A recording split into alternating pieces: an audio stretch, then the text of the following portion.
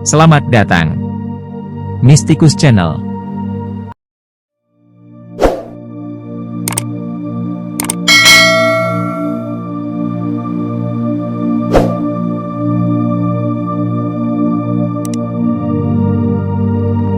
Syekh Ibnu Athaillah As-Sakandari, wafat 1309 Masehi, hidup di Mesir di masa kekuasaan dinasti Mameluk.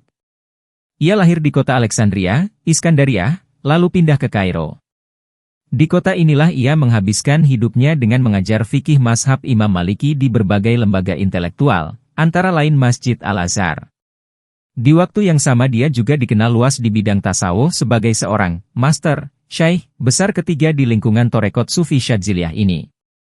Ibnu Athaillah tergolong ulama yang produktif.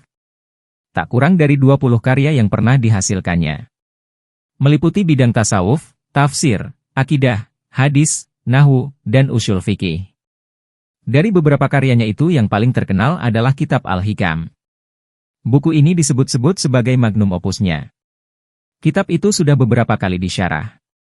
Antara lain oleh Muhammad bin Ibrahim Ibnu Ibad Arundi, Syekh Ahmad Zarruq, dan Ahmad Ibnu Ajiba. Beberapa kitab lainnya yang ditulis adalah Al-Tanwir fi Isqat Al-Tadbir, Unwan atau Fik Dab Al-Tariq, Miftah Al-Falah dan Al-Qaul Al-Mujarrad fil Al-Ism Al-Mufrad. Yang terakhir ini merupakan tanggapan terhadap Syekhul Islam Ibnu Taimiyah mengenai persoalan tauhid. Kedua ulama besar itu memang hidup dalam satu zaman, dan kabarnya beberapa kali terlibat dalam dialog yang berkualitas tinggi dan sangat santun. Ibnu Taimiyah adalah sosok ulama yang tidak menyukai praktek sufisme. Sementara Ibnu Athaillah dan para pengikutnya melihat tidak semua jalan sufisme itu salah. Karena mereka juga ketat dalam urusan syariat. Ibnu Athaillah dikenal sebagai sosok yang dikagumi dan bersih. Ia menjadi panutan bagi banyak orang yang meniti jalan menuju Tuhan. Menjadi teladan bagi orang-orang yang ikhlas, dan imam bagi para juru nasihat. Ia dikenal sebagai master atau syekh ketiga dalam lingkungan Torekot Syadzili setelah pendirinya Abu Al-Hasan Asyadzili dan penerusnya, Abu Al-Abbas Al-Mursi. Dan Ibnu Athaillah inilah yang pertama menghimpun ajaran-ajaran, pesan-pesan, doa dan biografi keduanya, sehingga Hazanah Torekot Syadziliyah tetap terpelihara. Meski ia tokoh kunci di sebuah torekot, bukan berarti aktivitas dan pengaruh intelektualisme hanya terbatas di torekot saja. Buku-buku Ibnu Athaillah dibaca luas oleh kaum muslimin dari berbagai kelompok, bersifat lintas mazhab dan torekot, terutama Kitab Al-Hikam yang melegenda ini. Pengarang Kitab Al-Hikam yang cukup populer di negeri kita ini adalah Tajuddin, Abu Al-Fadl, Ahmad bin Muhammad bin Abdul Al-Karim bin Atho, Al-Sakandari Al-Judzami Al-Maliki Al-Syadzili. Ia berasal dari bangsa Arab. Nenek moyangnya berasal dari Judzam yaitu salah satu kabilah Kahlan yang berujung pada Bani Yakrib bin Kohton, bangsa Arab yang terkenal dengan Arab Al-Aribah. Kota Iskandaria merupakan kota kelahiran Sufi besar ini. Suatu tempat di mana keluarganya tinggal dan kakeknya mengajar. Kendati pun namanya hingga kini demikian harum, namun kapan Sufi agung ini dilahirkan tidak ada catatan yang tegas. Dengan menelisik jalan hidupnya Dr. Taftazani bisa menengarai bahwa ia dilahirkan sekitar tahun 658 sampai 679 Hijriah.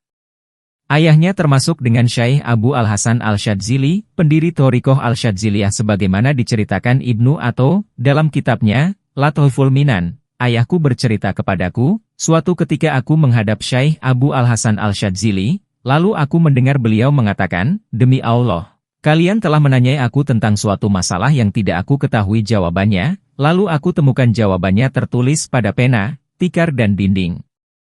Keluarga Ibnu Atho adalah keluarga yang terdidik dalam lingkungan agama, kakek dari jalur nasab ayahnya adalah seorang ulama fikih pada masanya. Tajuddin remaja sudah belajar pada ulama tingkat tinggi di Iskandaria seperti Al-Faqih Nasiruddin Al-Mimbar Al-Judzami. Kota Iskandaria pada masa Ibnu Atho memang salah satu kota ilmu di semenanjung Mesir, karena Iskandaria banyak dihiasi oleh banyak ulama dalam bidang fikih, hadis, usul, dan ilmu-ilmu bahasa Arab, tentu saja juga memuat banyak tokoh-tokoh tasawuf dan para aulia, syolihin. Oleh karena itu tidak mengherankan bila Ibnu Athaillah tumbuh sebagai seorang faqih, sebagaimana harapan dari kakeknya. Namun kefakihannya terus berlanjut sampai pada tingkatan tasawuf. Hal mana membuat kakeknya secara terang-terangan tidak menyukainya. Ibnu Atho menceritakan dalam kitabnya, Lataiful Minan, bahwa kakeknya adalah seorang yang tidak setuju dengan tasawuf, tapi mereka sabar akan serangan dari kakeknya. Disinilah guru Ibnu Atho, yaitu Abul Abbas Al-Mursi mengatakan, kalau anak dari seorang alim fikih Iskandariyah, Ibnu Athoillah, datang ke sini, tolong beritahu aku, dan ketika aku datang, Al-Mursi mengatakan, malaikat Jibril telah datang kepada Nabi bersama dengan malaikat penjaga gunung ketika orang Quraisy tidak percaya pada Nabi. Malaikat penjaga gunung lalu menyalami Nabi dan mengatakan, wahai Muhammad, kalau engkau mau, maka aku akan timpakan 2 gunung pada mereka. Dengan bijak Nabi mengatakan, tidak, aku mengharap agar kelak akan keluar orang-orang yang bertauhid dan tidak musyrik dari mereka. Begitu juga, kita harus sabar akan sikap kakek yang alim fikih, kakek Ibnu Athoillah, demi orang yang alim fikih ini. Pada akhirnya Ibnu Atho memang lebih terkenal sebagai seorang sufi besar. Namun menarik juga perjalanan hidupnya, dari didikan yang murni fikih sampai bisa memadukan fikih dan tasawuf. Oleh karena itu buku-buku biografi menyebutkan riwayat hidup Athoillah menjadi 3 masa. Masa pertama. Masa ini dimulai ketika ia tinggal di Iskandariyah sebagai pencari ilmu agama seperti tafsir, hadis, fikih, usul, nahu dan lain-lain dari para alim ulama di Iskandariyah. Pada periode itu beliau terpengaruh pemikiran-pemikiran kakeknya yang mengingkari para ahli tasawuf karena kefanatikannya pada ilmu fikih. Dalam hal ini Ibnu Athoillah bercerita, dulu aku adalah termasuk orang yang mengingkari Abu Al-Abbas Al-Mursi, yaitu sebelum aku menjadi murid beliau. Pendapat saya waktu itu bahwa yang ada hanya ulama ahli zohir, tapi mereka, ahli tasawuf, mengklaim adanya hal-hal yang besar, sementara zohir syariat menentangnya. Masa kedua. Masa ini merupakan masa paling penting dalam kehidupan sang guru pemburu kejernihan hati ini. Masa ini dimulai semenjak ia bertemu dengan gurunya, Abu Al-Abbas Al-Mursi, tahun 674 Hijriah, dan berakhir dengan kepindahannya ke Kairo. Dalam masa ini sirnalah keingkarannya ulama, tasawuf. Ketika bertemu dengan Al-Mursi, ia jatuh kagum dan simpati. Akhirnya ia mengambil thariqah langsung dari gurunya ini. Ada cerita menarik mengapa ia beranjak memilih dunia tasawuf ini. Suatu ketika Ibnu Atho mengalami goncangan batin, jiwanya tertekan. Dia bertanya-tanya dalam hatinya, apakah semestinya aku membenci tasawuf? Apakah suatu yang benar kalau aku tidak menyukai Abul Abbas Al-Mursi? Setelah lama aku merenung, mencerna akhirnya aku beranikan diriku untuk mendekatnya, melihat siapa Al-Mursi sesungguhnya, apa yang ia ajarkan sejatinya. Kalau memang ia orang baik dan benar maka semuanya akan kelihatan. Kalau tidak demikian halnya biarlah ini menjadi jalan hidupku yang tidak bisa sejalan dengan tasawuf. Lalu aku datang ke majelisnya. Aku mendengar, menyimak ceramahnya dengan tekun tentang masalah-masalah syara. Tentang kewajiban, keutamaan dan sebagainya. Di sini jelas semua bahwa ternyata Al-Mursi yang kelak menjadi guru sejatiku ini mengambil ilmu langsung dari Tuhan. Dan segala puji bagi Allah, dia telah menghilangkan rasa bimbang yang ada dalam hatiku. Maka demikianlah, ketika ia sudah mencicipi manisnya tasawuf hatinya semakin tertambat untuk masuk ke dalam dan lebih dalam lagi. Sampai-sampai ia punya dugaan tidak akan bisa menjadi seorang sufi sejati kecuali dengan masuk ke dunia itu secara total, menghabiskan seluruh waktunya untuk sang guru dan meninggalkan aktivitas lain. Namun demikian ia tidak berani memutuskan keinginannya itu kecuali setelah mendapatkan izin dari sang guru Al-Mursi. Dalam hal ini Ibnu Athoillah menceritakan, aku menghadap guruku Al-Mursi, dan dalam hatiku ada keinginan untuk meninggalkan ilmu zohir. Belum sempat aku mengutarakan apa yang terbersit dalam hatiku ini tiba-tiba beliau mengatakan, di kota Kous aku mempunyai kawan namanya Ibnu Na'ashi. Dulu dia adalah pengajar di Kous dan sebagai wakil penguasa. Dia merasakan sedikit manisnya thariqah kita. Kemudian ia menghadapku dan berkata, Tuanku, apakah sebaiknya aku meninggalkan tugasku sekarang ini dan berkhidmat saja pada Tuan? Aku memandangnya sebentar kemudian aku katakan, tidak demikian itu thariqah kita. Tetaplah dengan kedudukan yang sudah ditentukan Allah padamu. Apa yang menjadi garis tanganmu akan sampai padamu juga.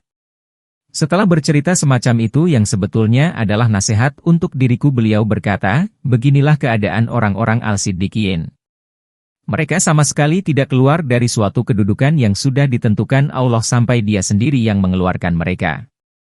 Mendengar uraian panjang lebar semacam itu aku tersadar dan tidak bisa mengucapkan sepatah kata pun. Dan alhamdulillah Allah telah menghapus angan kebimbangan yang ada dalam hatiku, sepertinya aku baru saja melepas pakaianku. Aku pun rela tenang dengan kedudukan yang diberikan oleh Allah. Masa ketiga. Masa ini dimulai semenjak kepindahan Ibnu Atho dari Iskandariah ke Kairo. Dan berakhir dengan kepindahannya ke Haribaan yang Maha Asih pada tahun 709 Hijriah. Masa ini adalah masa kematangan dan kesempurnaan Ibnu Athoillah dalam ilmu fikih dan ilmu tasawuf. Ia membedakan antara uslah dan kholwah. Uslah menurutnya adalah pemutusan, hubungan, maknawi bukan hakiki, lahir dengan makhluk, yaitu dengan cara sisalik. Orang yang uslah, selalu mengontrol dirinya dan menjaganya dari perdaya dunia. Ketika seorang sufi sudah mantap dengan uslahnya dan nyaman dengan kesendiriannya, ia memasuki tahapan kholwah. Dan kholwah dipahami dengan suatu cara menuju rahasia Tuhan. Kholwah adalah perendahan diri di hadapan Allah dan pemutusan hubungan dengan selain Allah Subhanahu wa Ta'ala. Menurut Ibnu Athoillah, ruangan yang bagus untuk berkholwah adalah yang tingginya, setinggi orang yang berkholwat tersebut. Panjangnya sepanjang ia sujud. Luasnya seluas tempat duduknya. Ruangan itu tidak ada lubang untuk masuknya cahaya matahari, jauh dari keramaian, pintunya rapat, dan tidak ada dalam rumah yang banyak penghuninya. Ibnu Athoillah sepeninggal gurunya Abu al-Abbas al-Mursi tahun 686 Hijriah, menjadi penggantinya dalam mengembangkan Thariqah Syadziliyah. Tugas ini ia emban di samping tugas mengajar di kota Iskandariah. Maka ketika pindah ke Kairo, ia bertugas mengajar dan ceramah di Masjid Al-Azhar. Ibnu Hajar berkata, Ibnu Athoillah berceramah di Azhar dengan tema yang menenangkan hati dan memadukan perkataan-perkataan orang kebanyakan dengan riwayat-riwayat dari salafus soleh, juga berbagai macam ilmu. Maka tidak heran kalau pengikutnya berjubel dan beliau menjadi simbol kebaikan. Hal senada diucapkan oleh Ibnu Tagribaradi, Ibnu Athoillah adalah orang yang soleh, berbicara di atas kursi Azhar, dan dihadiri oleh hadirin yang banyak sekali. Ceramahnya sangat mengena dalam hati. Dia mempunyai pengetahuan yang dalam akan perkataan ahli hakikat dan orang-orang ahli thariqah. Termasuk tempat mengajar beliau adalah Madrasah Al-Mansuriyah di Hayy al-Shogho. Beliau mempunyai banyak anak didik yang menjadi seorang ahli fikih dan tasawuf, seperti Imam Taqiyuddin Al-Subki, Ayah Tajuddin Al-Subki, pengarang kitab Tobaqoh Al-Syafi'iyah Al-Kubro. Karya. Sebagai seorang sufi yang alim, Ibnu Atho meninggalkan banyak karangan sebanyak 22 kitab lebih. Mulai dari sastra, tasawuf, fikih, nahwu, mantik, falsafah sampai hitobah. Kitabnya yang paling masyhur sehingga telah menjadi terkenal di seluruh dunia Islam ialah kitabnya yang bernama Al-Hikam, yang telah diberikan komentar oleh beberapa orang ulama di kemudian hari dan yang juga telah diterjemahkan ke dalam beberapa bahasa asing lain, termasuklah bahasa Melayu dan bahasa Indonesia. Kitab ini dikenal juga dengan nama Al-Hikam Al-Athoiyah untuk membedakannya dari kitab-kitab lain yang juga berjudul Hikam. Karomah Ibnu Athoillah. Al-Munawi dalam kitabnya, Al-Kawakib Al-Durriyah mengatakan, Syaikh Kamal Ibnu Humam ketika ziarah ke makam wali besar ini membaca surat Hud sampai pada ayat yang artinya, di antara mereka ada yang celaka dan bahagia. Tiba-tiba terdengar suara dari dalam liang kubur Ibnu Athoillah dengan keras, "Wahai Kamal, tidak ada di antara kita yang celaka." Demi menyaksikan karomah agung seperti ini, Ibnu Humam berwasiat supaya dimakamkan dekat dengan Ibnu Athoillah ketika meninggal kelak. Di antara karomah pengarang kitab Al-Hikam adalah, suatu ketika salah satu murid beliau berangkat haji. Di sana si murid itu melihat Ibnu Athoillah sedang tawaf. Dia juga melihat sang guru ada di belakang makam Ibrahim, di Mas'aa dan Arafah. Ketika pulang, dia bertanya pada teman-temannya apakah sang guru pergi haji atau tidak.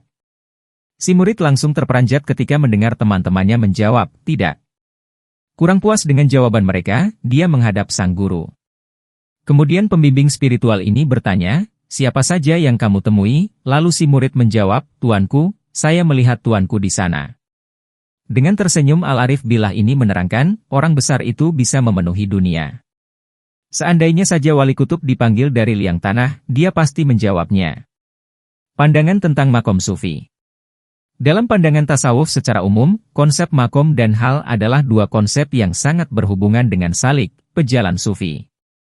Makom adalah tahapan-tahapan thariqah yang harus dilalui oleh seorang salik, yang membuahkan keadaan tertentu yang merasuk dalam diri salik. Semisal makom taubat, seorang salik dikatakan telah mencapai makom ini ketika dia telah bermujahadah dengan penuh kesungguhan untuk menjauhi segala bentuk maksiat dan nafsu syahwati.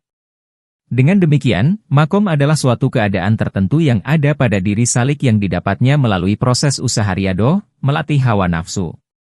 Sedangkan yang dimaksud dengan hal sebagaimana diungkapkan oleh Al-Qusyairi adalah suatu keadaan yang dianugerahkan kepada seorang salik tanpa melalui proses usaha riyadhah. Namun, dalam konsep makom ini Ibnu Athaillah memiliki pemikiran yang berbeda. Dia memandang bahwa suatu makom dicapai bukan karena adanya usaha dari seorang salik, melainkan semata anugerah Allah Subhanahu wa Ta'ala. Karena jika makom dicapai karena usaha salik sendiri, sama halnya dengan menisbatkan bahwa salik memiliki kemampuan untuk mencapai suatu makom atas kehendak dan kemampuan dirinya sendiri. Pun jika demikian, maka hal ini bertentangan dengan konsep fana, irodah, yaitu bahwa manusia sama sekali tidak memiliki kehendak, dan juga bertentangan dengan keimanan kita bahwa Allah yang menciptakan semua perbuatan manusia. Dengan demikian, bagi seorang salik untuk mencapai suatu makom hendaknya salik menghilangkan segala kehendak dan angan-angannya, Isqat al-Irodah wa al-Tadbir. Mengenai makom, Ibnu Athaillah membagi tingkatan makom sufi menjadi 9 tahapan. 1. Makom taubat. 2. Makom zuhud. 3. Makom syabar. 4. Makom syukur. 5. Makom hauf. 6. Makom rojak. 7. Makom ridho. 8. Makom tawakal. 9. Makom mahabbah. Makom taubat. Taubat adalah makom awal yang harus dilalui oleh seorang salik. Sebelum mencapai makom ini seorang salik tidak akan bisa mencapai makom-makom lainnya. Karena sebuah tujuan akhir tidak akan dapat dicapai tanpa adanya langkah awal yang benar. Cara taubat sebagaimana pandangan Ibnu Athaillah adalah dengan bertafakur dan berkholwat. Sedang tafakur itu sendiri adalah hendaknya seorang salik melakukan introspeksi terhadap semua perbuatannya di siang hari. Jika dia mendapati perbuatannya tersebut berupa ketaatan kepada Allah, maka hendaknya dia bersyukur kepadanya. Dan sebaliknya jika dia mendapati amal perbuatannya berupa kemaksiatan, maka hendaknya dia segera beristighfar dan bertaubat kepadanya. Untuk mencapai makom taubat ini, seorang salik harus meyakini dan mempercayai bahwa irodah, kehendak, Allah meliputi segala sesuatu yang ada. Termasuk bentuk ketaatan salik, keadaan lupa kepadanya, dan nafsu syahwatnya, semua atas kehendaknya. Sedangkan hal yang dapat membangkitkan makom taubat ini adalah berbaik sangka, husnudzon, kepadanya. Jika seorang salik terjerumus dalam sebuah perbuatan dosa, hendaknya ia tidak menganggap bahwa dosanya itu sangatlah besar sehingga menyebabkan dirinya merasa putus asa untuk bisa sampai kepadanya. Makom zuhud. Dalam pandangan Ibnu Athaillah, zuhud ada 2 macam, zuhud zohir jali seperti zuhud dari perbuatan berlebih-lebihan dalam perkara halal, seperti makanan, pakaian, dan hal lain yang tergolong dalam perhiasan duniawi. Dan zuhud batin hofi seperti zuhud dari segala bentuk kepemimpinan, cinta penampilan zohir, dan juga berbagai hal maknawi yang terkait dengan keduniaan. Hal yang dapat membangkitkan makom zuhud adalah dengan merenung, ta'amul. Jika seorang salik benar-benar merenungkan dunia ini, maka dia akan mendapati dunia hanya sebagai tempat bagi yang selain Allah, dia akan mendapatinya hanya berisikan kesedihan dan kekeruhan. Jikalau sudah demikian, maka salik akan zuhud terhadap dunia. Dia tidak akan terbuai dengan segala bentuk keindahan dunia yang menipu. Makom zuhud tidak dapat tercapai jika dalam hati salik masih terdapat rasa cinta kepada dunia, dan rasa hasud kepada manusia yang diberi kenikmatan duniawi. Alangkah indahnya apa yang dikatakan oleh Ibnu Athaillah, cukuplah kebodohan bagimu jika engkau hasud kepada mereka yang diberi kenikmatan dunia. Namun, jika hatimu sibuk dengan memikirkan kenikmatan dunia yang diberikan kepada mereka, maka engkau lebih bodoh daripada mereka. Karena mereka hanya disibukkan dengan kenikmatan yang mereka dapatkan, sedangkan engkau disibukkan dengan apa yang tidak engkau dapatkan. Inti dari zuhud adalah keteguhan jiwa, yaitu tidak merasa bahagia dengan kenikmatan dunia yang didapat, dan tidak bersedih dan putus asa atas kenikmatan dunia yang tidak didapat. Seorang salik tidak dituntut menjadi orang yang fakir yang sama sekali tidak memiliki apa-apa. Karena ciri-ciri seorang zuhud ada 2, yaitu saat kenikmatan dunia tidak ada dan saat kenikmatan dunia itu ada. Ini dimaksudkan bahwa jika kenikmatan dunia itu didapat oleh salik, maka dia akan menghargainya dengan bersyukur dan memanfaatkan nikmat tersebut hanya karena Allah. Sebaliknya, jika nikmat sirna dari dirinya, maka dia merasa nyaman, tenang dan tidak sedih. Makom sabar. Ibnu Athaillah membagi sabar menjadi 3 macam: sabar terhadap perkara haram, sabar terhadap kewajiban, dan sabar terhadap segala perencanaan, angan-angan, dan usaha. Sabar terhadap perkara haram adalah sabar terhadap hak-hak manusia. Sedangkan sabar terhadap kewajiban adalah sabar terhadap kewajiban dan keharusan untuk menyembah kepada Allah. Segala sesuatu yang menjadi kewajiban ibadah kepada Allah akan melahirkan bentuk sabar yang ketiga, yaitu sabar yang menuntut salik untuk meninggalkan segala bentuk angan-angan kepadanya. Sabar atas keharaman adalah sabar atas hak-hak kemanusiaan. Dan sabar atas kewajiban adalah sabar atas kewajiban ibadah. Dan semua hal yang termasuk dalam kewajiban ibadah kepada Allah mewajibkan pula atas salik untuk meniadakan segala angan-angannya bersama Allah. Sabar bukanlah suatu makom yang diperoleh melalui usaha salik sendiri. Namun, sabar adalah suatu anugerah yang diberikan Allah kepada salik dan orang-orang yang dipilihnya. Makom sabar itu dilandasi oleh keimanan yang sempurna terhadap kepastian dan ketentuan Allah, serta menanggalkan segala bentuk perencanaan, angan-angan, dan usaha. Makom syukur. Syukur dalam pandangan Ibnu Athaillah terbagi menjadi 3 macam. Pertama, syukur dengan lisan, yaitu mengungkapkan secara lisan, menceritakan nikmat yang didapat. Kedua, syukur dengan anggota tubuh, yaitu syukur yang diimplementasikan dalam bentuk ketaatan. Ketiga, syukur dengan hati, yaitu dengan mengakui bahwa hanya Allah sang pemberi nikmat, segala bentuk kenikmatan yang diperoleh dari manusia semata-mata darinya. Sebagaimana diungkapkan oleh Ibnu Athaillah. Dalam syukur menurut Ibnu Athaillah terdapat 3 bagian: syukur lisan yaitu memberitakan kenikmatan pada orang lain, syukur badan adalah beramal dengan ketaatan kepada Allah, dan syukur hati adalah mengakui bahwa Allah semata sang pemberi nikmat. Dan segala bentuk kenikmatan dari seseorang adalah semata-mata dari Allah. Ibnu Athaillah juga menjelaskan bahwa bentuk syukur orang yang berilmu adalah dengan menjadikan ilmunya sebagai landasan untuk memberi petunjuk kepada manusia lainnya. Sedangkan bentuk syukur orang yang diberi kenikmatan kekayaan adalah dengan menyalurkan hartanya kepada mereka yang membutuhkan. Bentuk syukur orang yang diberi kenikmatan berupa jabatan dan kekuasaan adalah dengan memberikan perlindungan dan kesejahteraan terhadap orang-orang yang ada dalam kekuasaannya. Lebih lanjut, Ibnu Athaillah memaparkan bahwa syukur juga terbagi menjadi 2 bagian, syukur dzohir dan syukur batin. Syukur dzohir adalah melaksanakan perintah Allah dan menjauhi segala larangannya. Sedangkan syukur batin adalah mengakui dan meyakini bahwa segala bentuk kenikmatan hanyalah dari Allah semata. Manfaat dari syukur adalah menjadikan anugerah kenikmatan yang didapat menjadi langgeng, dan semakin bertambah. Ibnu Athaillah memaparkan bahwa jika seorang salik tidak mensyukuri nikmat yang didapat, maka bersiap-siaplah untuk menerima sirnanya kenikmatan tersebut. Dan jika dia mensyukurinya, maka rasa syukurnya akan menjadi pengikat kenikmatan tersebut. Allah berfirman yang artinya, jika kalian bersyukur atas nikmatku, niscaya akan kutambah kenikmatan itu. Jika seorang salik tidak mengetahui sebuah nikmat yang diberikan Allah kepadanya, maka dia akan mengetahuinya ketika nikmat tersebut telah hilang. Hal inilah yang telah diperingatkan oleh Ibnu Athaillah. Lebih lanjut, Ibnu Athaillah menambahkan hendaknya seorang salik selalu bersyukur kepada Allah sehingga ketika Allah memberinya suatu kenikmatan, maka dia tidak terlena dengan kenikmatan tersebut dan menjadikannya lupa kepada sang pemberi nikmat. Meskipun pada dasarnya semua kenikmatan pada hakikatnya adalah dari Allah, syukur kepada makhluk juga menjadi kewajiban seorang salik. Dia harus bersyukur terhadap apa yang telah diberikan orang lain kepadanya, karena hal ini adalah suatu tuntutan syariat, seraya mengakui dan meyakini dalam hati bahwa segala bentuk kenikmatan tersebut adalah dari Allah. Pengejawantahan syukur tetap harus dilandasi dengan menanggalkan segala bentuk angan-angan dan keinginan.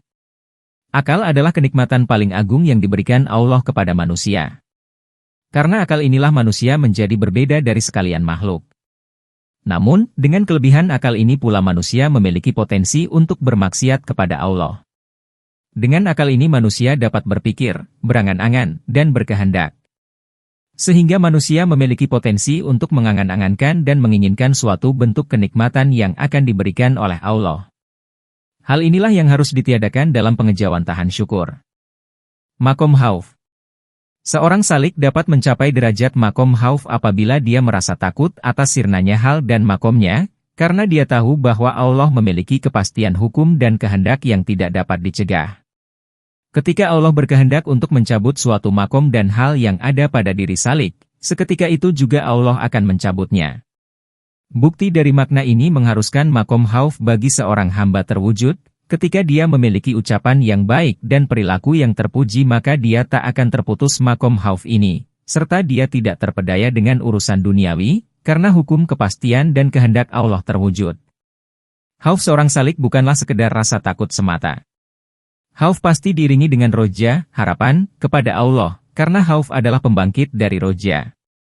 Makom khauf adalah makom yang membangkitkan makom roja. Roja tidak akan ada jika khauf tidak ada. Ibnu Athaillah menyatakan bahwa jika salik ingin agar dibuka baginya pintu roja maka hendaknya dia melihat apa yang diberikan Allah kepadanya berupa anugerah makom, hal dan berbagai kenikmatan yang dia terima. Jika dia ingin agar terbuka baginya pintu khauf, maka hendaknya dia melihat apa yang dia berikan kepadanya berupa peribadatan dan ketaatan penuh padanya. Sebagaimana diutarakan oleh Ibnu Athaillah.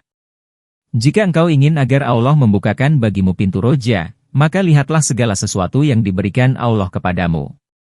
Dan jika engkau ingin agar Allah membukakan bagimu pintu khauf, maka lihatlah apa yang telah kau berikan kepadanya. Roja bukan semata-mata berharap, roja harus disertai dengan perbuatan. Jika roja hanya berupa harapan tanpa perbuatan, maka tidak lain itu hanyalah sebuah angan-angan atau impian belaka. Dengan demikian wajib bagi seorang salik untuk menyertakan rojanya dengan amal kepatuhan, dan peribadatan yang dapat mendekatkan dirinya kepada Allah secara kontinu. Jika roja sudah ada dalam diri salik, maka roja ini akan semakin menguatkan khauf yang ada pada dirinya. Karena suatu harapan, pasti akan disertai dengan rasa takut akan sesuatu, sehingga dapat dinyatakan bahwa khauf akan melahirkan roja, dan roja akan menjadi penguat khauf. Makom ridho dan tawakal. Ridho dalam pandangan Ibnu Athaillah adalah penerimaan secara total terhadap ketentuan dan kepastian Allah. Hal ini didasarkan pada Quran Surat Al-Maidah ayat 119. Allah ridho terhadap mereka, dan mereka ridho kepada Allah, dan juga sabda Rasulullah Shallallahu Alaihi Wasallam. Orang yang merasakan manisnya iman adalah orang yang ridho kepada Allah. Makom ridho bukanlah makom yang diperoleh atas usaha salik sendiri. Akan tetapi ridho adalah anugerah yang diberikan Allah. Jika makom ridho sudah ada dalam diri salik, maka sudah pasti makom tawakal juga akan terwujud. Oleh karena itu, ada hubungan yang erat antara makom ridho dan makom tawakal. Orang yang ridho terhadap ketentuan dan kepastian Allah, dia akan menjadikan Allah sebagai penuntun dalam segala urusannya, dia akan berpegang teguh kepadanya, dan yakin bahwa dia akan menentukan yang terbaik bagi dirinya. Makom tawakal akan membangkitkan kepercayaan yang sempurna bahwa segala sesuatu ada dalam kekuasaan Allah. Sebagaimana termaktub dalam Quran Surat Hud ayat 123. Kepadanyalah segala urusan dikembalikan, maka sembahlah Dia, dan bertawakallah kepadanya. Sebagaimana makom-makom lainnya, makom ridho dan tawakal tidak akan benar jika tanpa menanggalkan angan-angan. Ibnu Athaillah menyatakan bahwa angan-angan itu bertentangan dengan tawakal, karena barang siapa telah berpasrah kepada Allah, dia akan menjadikan Allah sebagai penuntunnya, dia akan berpegang teguh kepadanya atas segala urusannya, dan jika sudah demikian tiadalah bagi dirinya segala bentuk angan-angan. Perencanaan, tadbir, juga bertentangan dengan makom tawakal karena seorang yang bertawakal kepada Allah adalah orang yang menyerahkan kendali dirinya kepadanya, dan berpegang teguh kepadanya atas segala urusannya. Barang siapa telah menetapi semua hal tersebut, maka tiada lagi perencanaan baginya, dan dia berpasrah terhadap perjalanan takdir. Peniadaan perencanaan, iskot tadbir, juga terkait dengan makom tawakal dan ridho. Hal ini jelas, karena seorang yang ridho maka cukup baginya perencanaan Allah atasnya. Maka bagaimana mungkin dia menjadi perencana bersama Allah, sedangkan dia telah rela dengan perencananya? Apakah engkau tidak tahu bahwa cahaya ridho telah membasuh hati dengan curahan perencananya? Dengan demikian, orang yang ridho terhadap Allah telah dianugerahkan baginya cahaya ridho atas keputusannya, maka tiada lagi baginya perencanaan bersama Allah. Hikmah ridho kepada kodok dan kodar, antara lain dapat menghilangkan keruwetan dan kesusahan. Musibah yang diperoleh seseorang, jika dihadapi dengan pikiran yang lapang dan dengan bekerja yang sungguh-sungguh, di sanalah seseorang akan mendapatkan jalan dan petunjuk yang lebih berguna, daripada dihadapi dengan meratapi kesusahan-kesusahan itu, yang tidak ada berkesudahan. Dasar ridho akan kodok dan kodar, ialah firman Allah dalam Al-Quran. Orang-orang yang mukmin, jika mereka mendapat sesuatu bencana, berkatalah mereka, bahwasanya kami ini kepunyaan Allah, dan kami semua pasti kembali lagi kepadanya. Jika seseorang ditimpa bencana, hendaklah dia ridho, hatinya tidak boleh mendongkol. Ridho dengan kodok ialah menerima segala kejadian yang menimpa diri seseorang, dengan rasa senang hati dan lapang dada. Meridho kodok dan kodar, karena ditimpa bencana atau menderita sesuatu, sangat disukai oleh agama. Tetapi sekali-kali tiada dibenarkan seseorang meridho kekufuran dan kemaksiatan. Ridho dengan takdir Allah adalah suatu perangai yang terpuji dan mulia, serta membiasakan jiwa menyerahkan diri atas keputusan Allah, juga dapat mendapatkan hiburan yang sempurna dikala menderita segala bencana. Dialah obat yang sangat mujarab untuk menolak penyakit gelap mata hati. Dengan ridho atas segala ketetapan Allah, hidup seseorang menjadi tentram dan tidak gelisah. Seseorang wajib berkeyakinan bahwa bencana yang menimpa seseorang, ada kalanya juga merupakan cobaan bagi seorang hamba, untuk lebih suka mengoreksi segala amal perbuatan pada masa-masa yang lampau, agar seseorang dapat mengubah dan memperbaiki jejak langkah dan perbuatannya pada masa-masa yang akan datang. Menyerah kepada qadailah, keputusan takdir Allah, termasuk tidak boleh mengandai-andaikan, misalnya andaikan tadinya dia tidak ikut rombongan ini, barangkali dia tidak termasuk korban kecelakaan ini, sebagaimana firman Allah Subhanahu wa Ta'ala.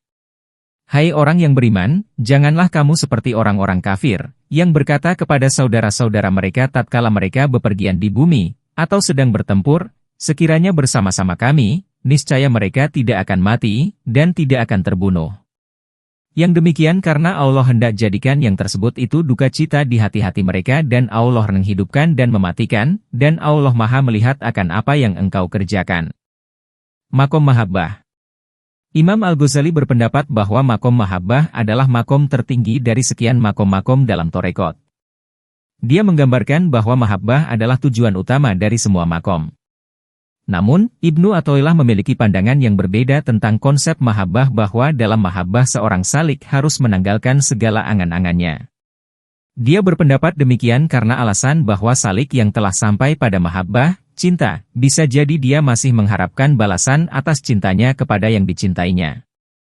Dari sini tampak bahwa rasa cinta salik didasarkan atas kehendak dirinya untuk mendapatkan balasan cinta sebagaimana cintanya.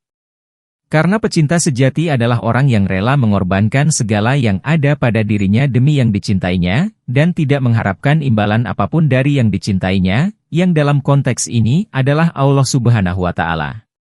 Mahabbah, cinta, kepada Allah adalah tujuan luhur dari seluruh makom, titik puncak dari seluruh derajat. Tiada lagi makom setelah mahabbah, karena mahabbah adalah hasil dari seluruh makom, menjadi akibat dari seluruh makom, seperti rindu, senang, ridho dan lain sebagainya. Dan tiadalah makom sebelum mahabbah kecuali hanya menjadi permulaan dari seluruh permulaan makom, seperti taubat, sabar, zuhud dan lain sebagainya. Wafat. Tahun 709 Hijriah adalah tahun kemalangan dunia fana ini. Karena tahun tersebut wali besar yang tetap abadi nama dan kebaikannya ini harus beralih ke alam barzah, lebih mendekat pada Sang Pencipta. Namun demikian Madrasah Al-Mansuriyah cukup beruntung karena disitulah jasad mulianya berpisah dengan sang nyawa. Ribuan pelayat dari Kairo dan sekitarnya mengiring kekasih Allah ini untuk dimakamkan di pemakaman Al-Qorofah Al-Kubro. Jika Anda menyukai Mistikus Channel silahkan like, komen,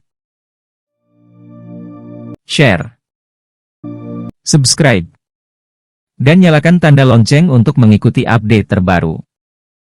Terima kasih.